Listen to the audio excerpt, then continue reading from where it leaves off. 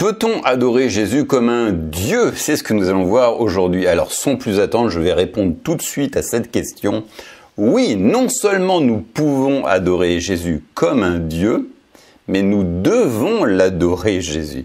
Et c'est une question avec laquelle beaucoup de gens ont du mal parce que, en fin de compte, qui dit adorer Jésus suppose que Jésus est Dieu et les gens ont du mal à comprendre. Mais si Jésus est Dieu, comment se fait-il qu'il prie son Père et qu'il s'adresse à Dieu comme une tierce personne? Et c'est quelque chose, vous savez, qu'il est très difficile d'appréhender en tant qu'être humain. Vous savez, lorsqu'on a affaire au monde spirituel, on a affaire à un monde qui nous échappe complètement. Nous sommes comme des petites fourmis qui essayons de comprendre, je ne sais pas, le fonctionnement d'un téléphone portable ou je ne sais quoi. Donc, il y a des choses à notre niveau, à notre dimension que l'on ne peut pas comprendre aujourd'hui parce que nous sommes limités, mais nous les acceptons par la foi. Mais ce qui se passe souvent, c'est que lorsqu'une personne ne comprend pas certaines réalités célestes, ils vont adapter Dieu à leur niveau de connaissance. Mais vous savez, ce n'est pas à Dieu de s'adapter à nous ou d'adapter Dieu à notre niveau de compréhension, mais c'est à nous de nous adapter à lui. C'est pas parce que vous ne comprenez pas une chose que vous devez réécrire l'histoire en quelque sorte. Non. S'il y a quelque chose qui vous échappe, eh bien, acceptez-les telles qu'elles sont. Et c'est ce que font, l'erreur que font par exemple les témoins de Jéhovah. Les témoins de Jéhovah ne comprennent pas que Jésus puisse être Dieu, donc ils ont fabulé, ils ont transformé les vérités afin de les rendre plus accessibles à leur niveau. Ils ont essayé d'amener Dieu à leur niveau. La divinité de Christ, c'est quelque chose qu'ils n'arrivent pas à appréhender, donc ils ont carrément réécrit l'histoire biblique. Non, Jésus n'est pas un ange non plus, mais Jésus est Dieu, c'est l'une des parties de Dieu. En tant que chrétiens, nous ne sommes pas polythéistes, nous croyons bien qu'il n'y a qu'un seul Dieu, il n'y a qu'un seul Dieu en trois personnes. Il y a Dieu le Père, Dieu le Fils, Dieu le Saint-Esprit. Alors certains diraient oui, mais la Trinité, c'est pas biblique. Alors le mot Trinité, effectivement, ne figure pas dans la Bible, mais l'Esprit y figure. Dieu est en trois personnes et pourtant c'est une seule personne. C'est quelque chose que l'on ne comprend pas, mais on l'accepte. C'est ainsi. Lorsque nous serons au ciel, nous comprendrons ces choses. Mais actuellement, on ne peut pas les comprendre. Vous savez, même d'un point de vue naturel, il y a plein de choses que l'on ne comprend pas. Par exemple, vous prenez dans la physique quantique. Par exemple, vous avez un prisme en verre et vous jouez avec les rayons du soleil. Eh bien, le rayon du soleil qui va traverser le prisme, eh bien, va former deux taches lumineuses, une à droite et une à gauche, par exemple. Eh bien, vous savez que les grains de lumière, les photons, donc vont former deux boules à deux endroits différents. Pourtant, ce sont les mêmes photons, c'est le même photon. Ce n'est pas le photon qui se divise en deux. C'est le même photon qui se trouve à deux endroits différents au même instant. C'est quelque chose qu'on ne peut pas comprendre. Les physiciens ne comprennent pas. C'est quelque chose qu'on peut constater, mais c'est quelque chose que l'on ne comprend pas. En physique quantique, on parle par exemple de l'intrécation. Vous avez des particules subatomiques qui sont liées l'une à l'autre. Lorsque vous observez une particule, l'autre particule qui lui est intriquée réagit. Et sans qu'il y ait de transfert d'informations.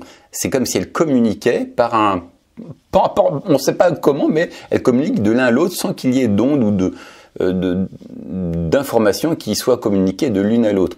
Vous pouvez mettre la particule qui lui est intriquée à l'autre bout de l'univers, des milliers d'années plus tard, des milliers de kilomètres plus loin, celle-ci va réagir. Et on ne sait pas comment, c'est quelque chose que l'on constate, mais c'est quelque chose qu'on ne peut pas expliquer. Au niveau spirituel, il y a des choses qu'on ne peut pas expliquer. Donc, Jésus est bien Dieu, c'est Dieu en trois personnes, pourtant il n'y a qu'un seul Dieu. Mais même à un niveau humain, vous le voyez, Paul dit que nous sommes esprit, âme et corps, donc nous sommes bien trois personnes différentes en une seule personne. Nous avons l'esprit, qui est notre moi véritable, la partie avec laquelle Dieu communique. Ensuite, nous avons l'âme, qui est le siège de notre psychologie, de nos pensées. Et enfin, nous avons notre corps. Et bien souvent, d'ailleurs, les trois individus, les trois parties de nous-mêmes sont souvent en désaccord. Pourtant, nous sommes une seule personne, mais souvent en désaccord. Et nous sommes trois parties différentes. Donc, c'est quelque chose que l'on accepte par la foi. Alors j'enseigne sur le fait que nous devions adorer Jésus comme un Dieu, et tout ça, ça fait partie de ma série sur l'identité chrétienne, parce que c'est un rôle à jouer. Vous savez, lorsque l'on parle d'identité chrétienne, on ne parle pas votre identité, c'est pas votre personnalité. Elle est très belle, votre personnalité, vous êtes tel que Dieu vous a créé, mais c'est pas à ce niveau-là. Tout ce que Dieu fait dans votre vie, c'est pas en rapport avec votre personnalité, avec qui vous êtes d'un point de vue naturel, mais avec qui vous êtes dans l'esprit. Et votre identité chrétienne, eh bien, c'est l'œuvre de Jésus-Christ. Tout ce que Dieu fait dans votre vie, il le fait grâce à l'œuvre de Jésus-Christ. Le Seigneur vous a qualifié. Paul disait, ce n'est plus moi qui vis, mais c'est Christ qui vit en moi. Ce n'est plus moi qui vis, mais c'est Christ qui vit en moi. Je suis mort à moi-même, je suis mort en Christ, je suis mort à la foi aujourd'hui. Tout ce que je fais, je le fais au moyen de Jésus-Christ. Et tout ce que Dieu fait dans votre vie, ça peut être la guérison divine, la provision financière, la restauration dans vos relations, la manifestation, l'exécution de votre ministère, tout ce que Dieu fait dans votre vie, il le fait grâce à l'œuvre de Jésus-Christ. En Jésus-Christ, vous êtes parfait. Cela ne dépend pas de vos performances religieuses, de votre niveau de foi. Ça dépend de la foi qui est en Christ et Christ vit en vous. Ce n'est pas à cause de votre sainteté, mais c'est à cause de la sainteté de Christ qui vit en vous. Tout ce que Dieu fait, il le fait au travers de Jésus-Christ. Et c'est ça qui nous place dans une position de victoire. Par exemple, il y a un verset qui dit « Je puis tout par Christ qui me fortifie ». Alors c'est quelque chose qui peut être mal interprété. On utilise souvent ce verset un petit peu pour faire du coaching. Tu peux tout par Christ qui fortifie. Comme si, en quelque sorte, c'est nous qui pouvions faire quelque chose. Avec l'aide de Christ, certes, mais tout le poids, toute la responsabilité est mise sur nos épaules. Non, c'est pas comme ça qu'on doit interpréter ce verset. C'est pas « je puis tout par Christ qui me fortifie ». Le sens, enfin s'il est dit de cette manière, le sens véritable ce serait plutôt « Christ qui peut tout vit en moi ». Christ qui peut tout vit en moi. Mais nous sommes des incapables.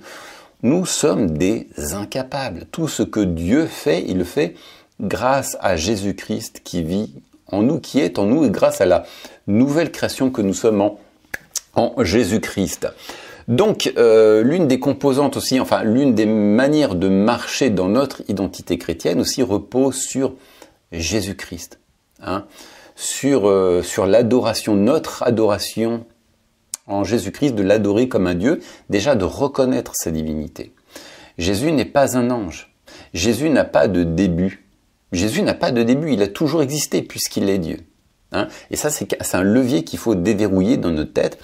Et il faut briser cette mauvaise conception, cette méconnaissance de Christ. Christ n'a pas été créé, Christ a toujours existé. Alors il y a un verset qu'on verra peut-être d'ailleurs plus loin où il est écrit que Jésus est le premier-né de Dieu. Mais le premier-né, ça ne veut pas dire que Jésus est né à un moment de l'histoire. Ça veut dire qu'il a, c'est un titre, nouveau-né, c'est un titre, c'est une position. Par exemple, on dit aussi de David qu'il est le premier-né. On désigne le roi David comme un premier-né. Pourtant, David n'est pas le premier-né. Il est le dernier de sa fratrie. Il n'est pas la première personne à être née dans sa famille. Au contraire, il est l'un des derniers. Pourtant, Dieu dit de lui qu'il est un premier-né. Donc l'expression premier-né désigne une position, un rang. Souvent, les témoins de Jéhovah utilisent l'expression premier-né, qui est associée à Jésus-Christ, pour dire qu'il a été créé. Non, premier-né est un titre. Voilà, bref, on va voir donc que non seulement nous pouvons adorer Jésus, mais même au contraire, nous devons l'adorer comme un Dieu. Et encore il y a quelques temps, alors j'en ai déjà parlé dans une précédente vidéo, mais j'écoutais le témoignage d'un pasteur il y a quelques semaines et celui-ci avait plein de maladies, il ne parvenait pas à recevoir la guérison. Il écoutait des messages sur la guérison, de bons messages, mais plus il écoutait des messages, plus il devenait malade. Et bref, mais ce qu'il a fait, c'est qu'il a découvert sa position en Jésus-Christ. Il a découvert qui était Jésus-Christ. Il a cessé de se battre d'ailleurs pour sa guérison. Il est complètement sorti de l'équation. Il a cessé de regarder à son incapacité, à ce que le pubal disait « Oh, j'ai pas assez de foi, oh, j'ai du doute, il est complètement sorti de l'équation. il a porté toute son attention sur le Seigneur Jésus-Christ, sur l'œuvre de la croix, sur la nouvelle création qu'il est en Jésus-Christ, et il a adoré le Seigneur, il s'est focalisé sur Jésus, entièrement son unique centre d'attention, son focus c'était Jésus. D'ailleurs, il y a un verset qui dit de fixer nos regards sur Jésus-Christ, car lui-même mène notre foi à la perfection. Donc il a fixé son attention, et finalement le Seigneur l'a guéri de toutes ses maladies. À chaque fois qu'il avait une maladie, juste son attention, qui je suis en Christ, je suis qualifié, je suis réconcilié, je suis en paix. Et il rendait grâce au Seigneur. Et c'est comme ça que le Seigneur l'a guéri de toutes ses maladies. Alors on va voir un premier verset qui nous parle de l'adoration de Jésus-Christ, c'est en Apocalypse. Ils, les anges, disaient d'une voix forte, « L'agneau qui a été immolé est digne de recevoir puissance, richesse, sagesse, force, honneur, gloire et louange. Et toutes les créatures du ciel, sur la terre, sous la terre et sur la mer, et tout ce qui s'y trouve, je les entendis qui disaient, à celui qui est assis sur le trône et à l'agneau la louange, l'honneur, la gloire et le pouvoir au siècle des siècles. Et les 4 êtres vivants disaient, Amen, et les anciens se prosternèrent et l'adorèrent. » Alors on nous dit quelque part, l'agneau qui a été immolé est digne de louange. L'agneau immolé. Qui est l'agneau immolé? C'est Jésus-Christ. Et la Bible nous dit ici qu'il est digne de louange. Jésus est digne de louange. Ça veut dire que nous devons louer le Seigneur Jésus. Un peu plus loin, on dit à l'agneau la louange. On le répète. Et un petit peu plus loin, il écrit « Et les anciens se prosternèrent et adorèrent. » Qui? L'agneau. Alors le mot adorer, c'est vrai qu'il a été rajouté. Le mot, c'est plutôt se prosterner. Mais bon, on voit bien dans le contexte que c'est une adoration aussi. La louange, le fait de se prosterner est un signe d'adoration. Et qui adorons-nous et louons-nous? L'agneau, c'est Jésus-Christ. Donc tout ça, c'est biblique, je n'invente rien. Alors je cite, tiens, pendant que j'y pense, je vais le dire, mais souvent, qu'on parle de que Jésus est Dieu, les témoins de Jéhovah ont mis un petit d, ça veut dire un Dieu, mais voilà, ils ont trafiqué les Écritures. Alors c'est vrai qu'il n'y a pas de majuscule à la base, mais on voit bien qu'ils ont du mal avec cette idée, donc ils réécrivent la Bible pour dire que Jésus est comme un Dieu, mais qu'il n'est pas Dieu. Non, voilà, ça tient pas la route. Bref, on va voir, dès sa naissance aussi, on voit que les mages ont adoré Jésus. Ils entrèrent dans la maison, virent le petit enfant avec Marie, sa mère, et ils se prosternèrent et l'adorèrent. Ils ouvrirent ensuite leur trésor et lui offrirent en présent de l'or, de l'encens, de la myrrhe. Les rois mages ont adoré, se sont prosternés devant l'enfant Jésus. On va voir un autre passage.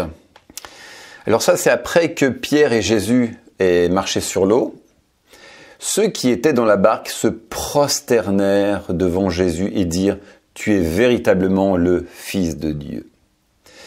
Ensuite, on voit une autre adoration de Jésus après que les femmes eurent cherché Jésus, après qu'il est ressuscité.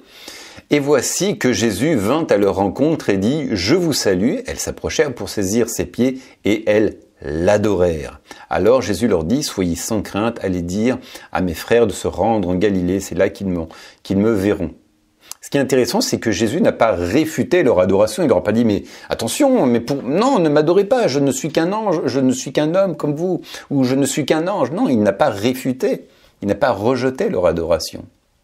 C'est quelque chose qu'on trouve plusieurs fois dans la Bible, où des gens, les religions ont reproché à Jésus de se comporter comme un Dieu.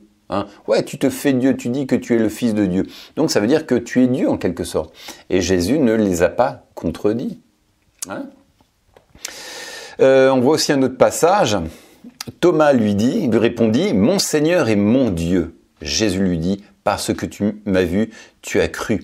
Heureux ceux qui n'ont pas vu et qui ont cru. » Thomas voit Jésus et dit, « Mon Seigneur et mon Dieu. » Alors évidemment, certains vont dire, mais c'est juste une exclamation que Thomas fait à Dieu. Mais ce n'est pas pour autant que Jésus serait Dieu. Non. Quand vous connaissez le Seigneur, à la lumière et lorsque vous faites la somme totale de tous ces passages, de toute manière, vous comprenez bien que nous devons adorer et louer le Seigneur Jésus. Alors le mot pour se prosterner et parfois adorer, c'est le mot proskunéo. Donc les témoins de Jéhovah vont dire que le mot proskunéo, c'est pas facile à dire. Bon, veut dire baiser la main, ou se prosterner en signe de révérence et de reconnaissance. Et c'est vrai que l'on peut aussi se prosterner devant des hommes parce qu'ils ont un certain statut. Mais ce mot est aussi utilisé, le mot proskuneo est aussi utilisé pour désigner l'adoration envers Dieu. Si donc c'est uniquement un signe de respect, donc on ne peut plus l'utiliser envers Dieu. Non, mais on voit bien que ce même mot est utilisé pour désigner la louange et l'adoration envers Dieu. Ça veut dire qu'on peut aussi l'utiliser pour désigner la personne de Jésus-Christ. On va voir vite quelques versets. On nous parle d'avoir foi en Jésus, la fermeté de votre foi en Christ. Mais on ne peut pas avoir foi en un homme. Si on a foi en Jésus, c'est donc que Jésus est Dieu. Donc mes amis, le Seigneur Jésus est Dieu, ça ne fait absolument aucun doute. C'est quelque chose qu'on ne peut pas comprendre, mais c'est ainsi. Voilà, ne cherchons pas à comprendre, il y a des choses qui nous échappent. Et voilà quoi, donc il faut accepter l'adoration vers Jésus. Non seulement nous pouvons adorer Jésus, mais nous devons adorer Jésus. Il est le centre de notre attention. Jésus est vraiment la clé qui mène au Père. Souvent les gens sont focus vers Dieu. Je le vois, par exemple les témoins de Jéhovah. Dieu, Dieu, Dieu, Dieu. Oui, mais d'accord, vous savez, moi j'ai toujours cru en Dieu. J'ai toujours cru en Dieu, mais c'est pas quelque chose qui a vraiment eu une conséquence fantastique dans ma vie.